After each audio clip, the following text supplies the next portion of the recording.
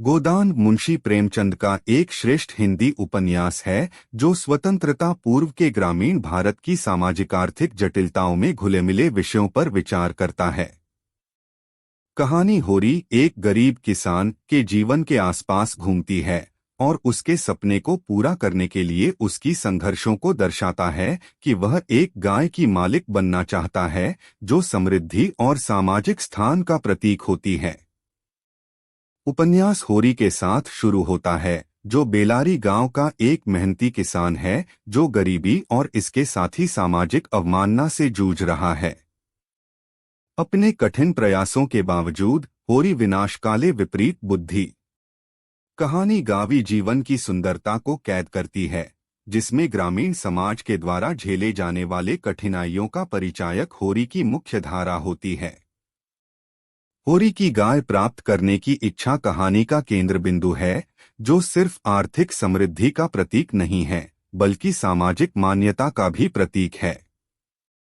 गाय, जिसका नाम सुरभि है, उत्पन्नता, आजीविका और समुदाय में स्थान की एक स्रोत के रूप में देखी जाती है।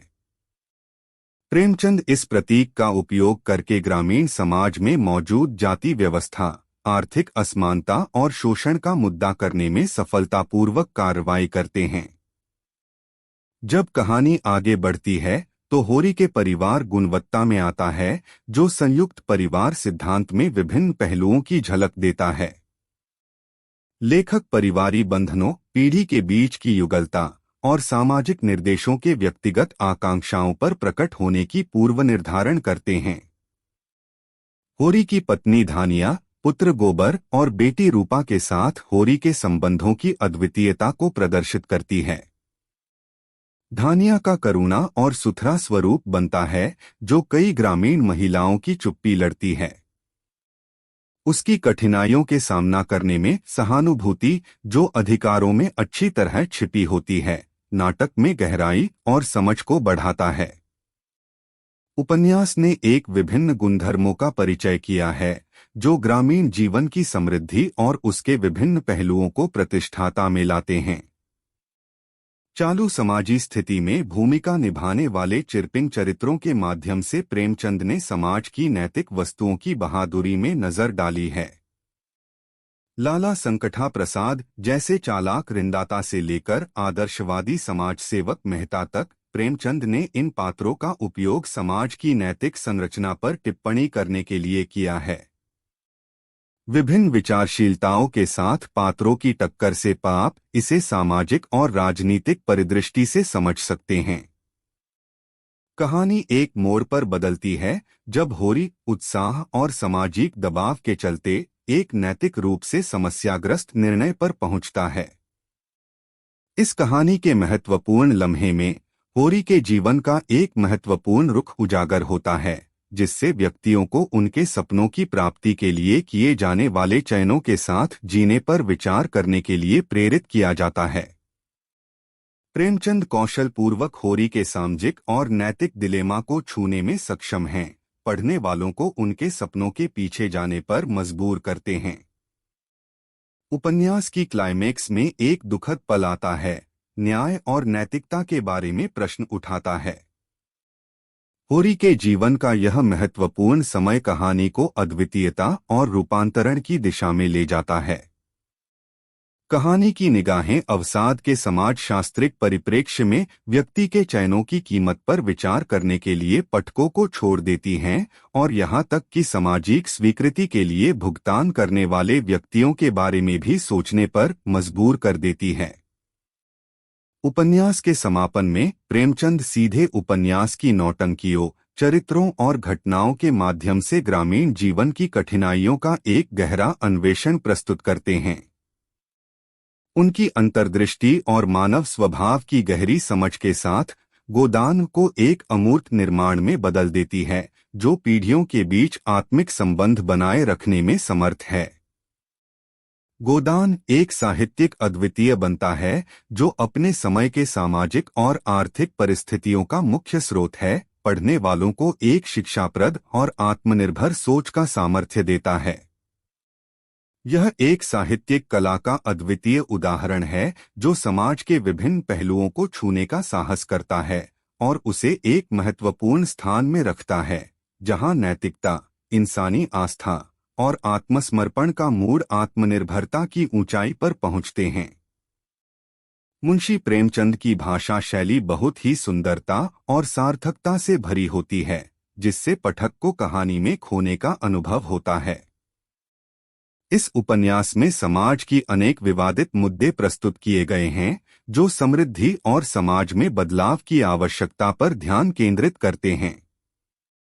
यह नाटकीय विवाद और मनोभूल भरा हुआ है, जिससे पाठक को आत्मविचार करने और समाज में सुधार का माध्यम मिलता है।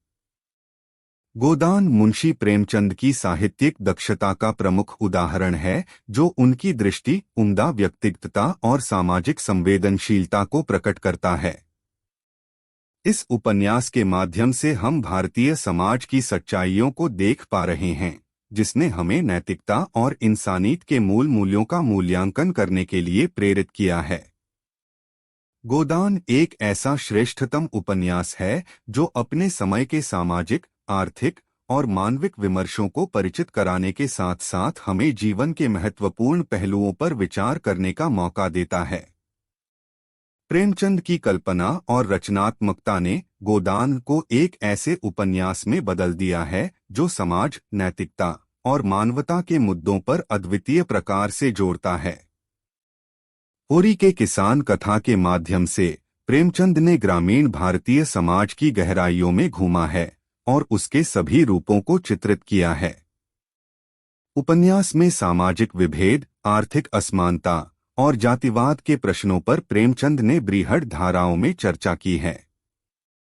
एक गरीब किसान के जीवन की गहरी अद्भुतता और संघर्ष को जानकर पाठक को भी उसके समय की स्थितियों का सही अंदाजा हो जाता है। यह उपन्यास हमें यहाँ तक ले जाता है कि विभिन्न परिप्रेक्ष्यों से देखा गया होरी का किसी न किसी प्रकार से समाप्त होने वाला यात्रा एक महत्वपूर्ण सामाजिक संदेश भी देता है।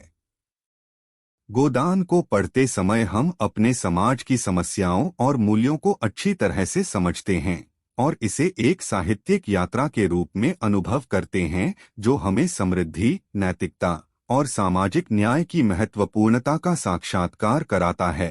गोदान का समापन होते हुए हम उस मुख्य संदेश के साथ छोड़े जाते हैं कि जीवन की मानवीय मूल्यों, नैतिकता और समृद्धि के प्रति सच्ची आस्था रखना हमारे समाज के लिए कितना महत्वपूर्ण है।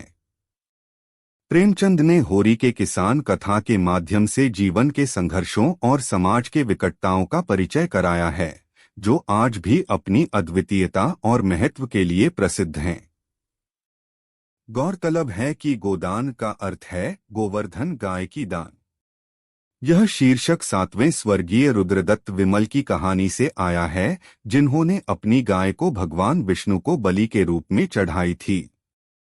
गोदान नाटकीय रूप से नहीं, बल्कि एक सामाजिक उपन्यास के रूप में लिखा गया है, लेकिन इसमें गाय की दान की सुप्रीम सीमा को छूने का एक शक्तिशाली संदेश है।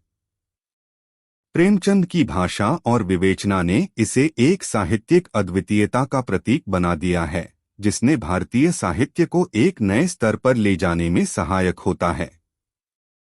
गोदान ने अपने पाठकों को सोचने, विचार करने और बदलने के लिए प्रेरित किया है, जिससे यह उपन्यास हमेशा रहने वाला एक उजागर कारगर शैली में चमकता है। गोदान एक ऐसा कृति है जिसने अपने कार्यों से समाज को जगा दिया, मुद्दों पर ध्यान दिया और व्यक्ति को उच्चतम आदर्शों की ओर प्रेरित किया। इसका पाठकों पर गहरा प्रभाव है और यह साहित्य का एक अद्वितीय योगदान है जो हमें समाज की समस्याओं और मूल्यों के प्रति जागरूक करता है।